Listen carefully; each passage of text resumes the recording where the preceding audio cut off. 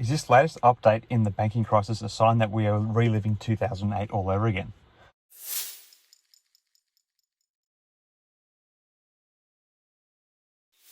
Hi again, everyone. I hope you're all doing really well. So the headlines are buzzing with the news of the $30 billion rescue package formed by 11 of the largest banks in the US to prevent First Republic Bank, ticker symbol FRC, from becoming the third bank to fail in less than a week. The aid package is to show confidence in the banking system, but it's also a stark reminder of the early days of the 2008 financial crisis. It's worth noting at this point that the $30 billion rescue package for First Republic Bank is being funded by 11 of the largest banks in the United States, including JPMorgan Chase, Bank of America, Citigroup, Wells Fargo, and who have each put in around $5 billion in uninsured deposits into the First Republic Bank, while Morgan Stanley, Goldman Sachs are depositing $2.5 billion each, the remaining contributors being BNY Mellon, State Street, PNC Bank, Truist, and US Bank, which are collectively putting in $5 billion. So this is a significant show of support from some of the most powerful financial institutions in the country, and it's a reminder of the kind of collective action that was taken during the 2008 financial crisis. Back then, banks banded together to help weaker institutions weather the storm, buying each other in quick deals in order to prevent the crisis from spreading further.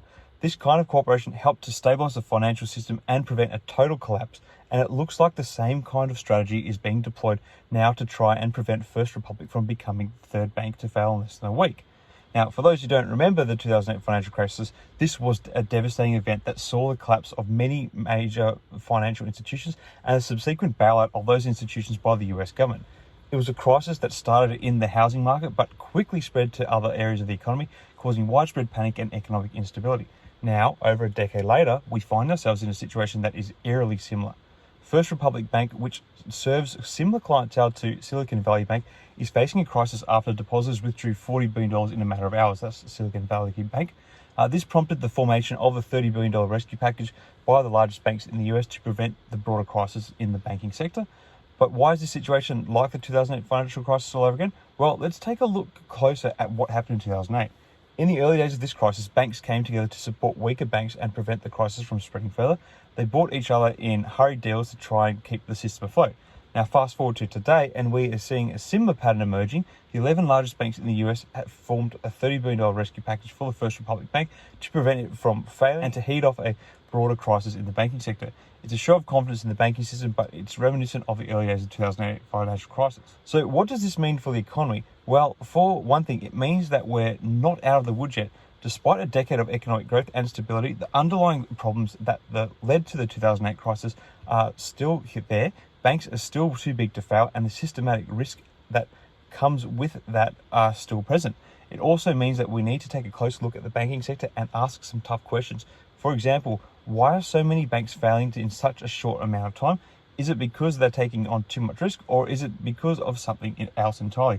There's been a lot of speculation around the bond market as being the driving force, and it really seems to be the underlying cause.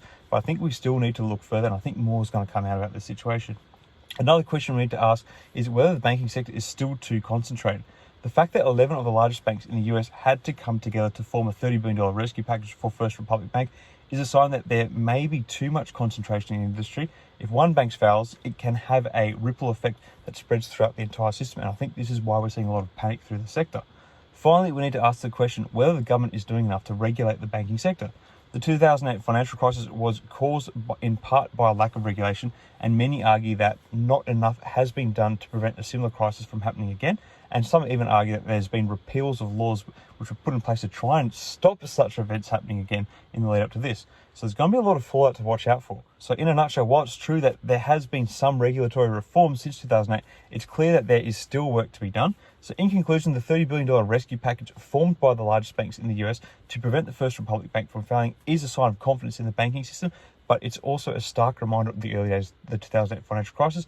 We're not out of the woods yet by a long shot, and there are still underlying problems that need to be addressed.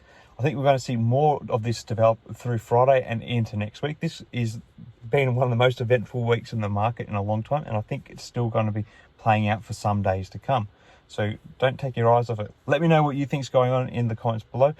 Is First Republic Bank going to be safe because of this $30 billion injection from the other banks, or do you think it's still on a bit of a pathway to collapse? Share your thoughts in the comments below. Till next time, everyone. May the markets trade in your favour. Cheers.